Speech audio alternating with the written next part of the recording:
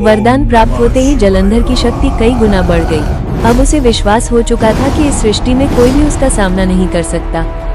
धीरे धीरे उसका आत्मविश्वास अहंकार में बदल गया। उसकी आंखों में विजय की ज्वाला थी और हृदय में तीनों लोकों पर अधिकार करने की महत्वाकांक्षा। उसने विशाल सेना संग देवलोक पर आक्रमण कर दिया।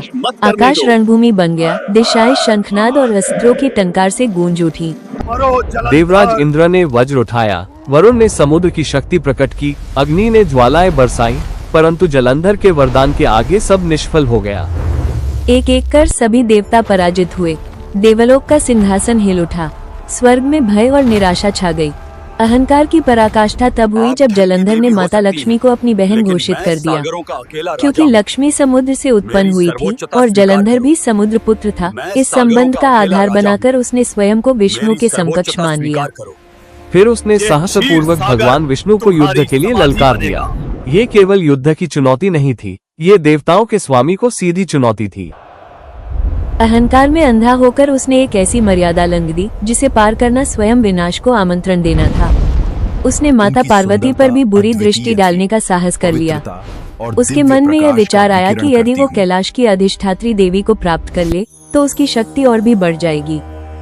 ये समाचार जब भगवान शिव तक पहुंचा, तो कैलाश का शांत वातावरण भी रुद्र स्वरूप में बदल उठा। शिव की जटाएं प्रचंड वेग से लहराने लगी, नेत्रों में अग्नि प्रकट हुई, त्रिशूल कंपायमान हो उठा। और फिर आरंभ हुआ एक भीषण संग्राम। आकाश अस्त्रों की चमक से भर गया, पृथ्वी कांप उठी, देवता और दानव दूर खड़े उस महायुद्ध को देखने लगे। भगवान शिव के प्रत्येक प्रहार से पर्वत टूटते, दिशाएं दहक उठती, परंतु आश्चर्य, जलंधर बार बार पुनः खड़ा हो जाता। उसकी शक्ति का रहस्य था उसकी पत्नी वृंदा का अटूट सतीत्व। जब तक वृंदा का पतिव्रता धर्म अक्षुण्ण था, तब तक कोई भी देव उसे पराजित नहीं कर सकता था, यहाँ तक कि स्वयं शिव भी नहीं।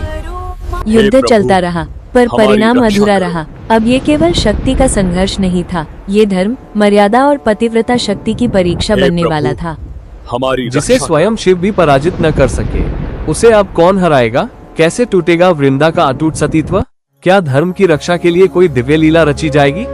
क्या अब विष्णु स्वयं कोई उपाय करेंगे, और यदि करेंगे तो उसका परिणाम क्या होगा? इन सभी रहस्यों से पर्दा उठेगा अगले अध्याय में। जानने के लिए हमारे अगले भाग को देखना न भूलें। क्या आप जानते हैं रावण का बैद्यनाथ धाम से क्या संबंध है? जल्द आ रहा है इसका रहस्य। जुड़े रहें आशीर्वादम के साथ।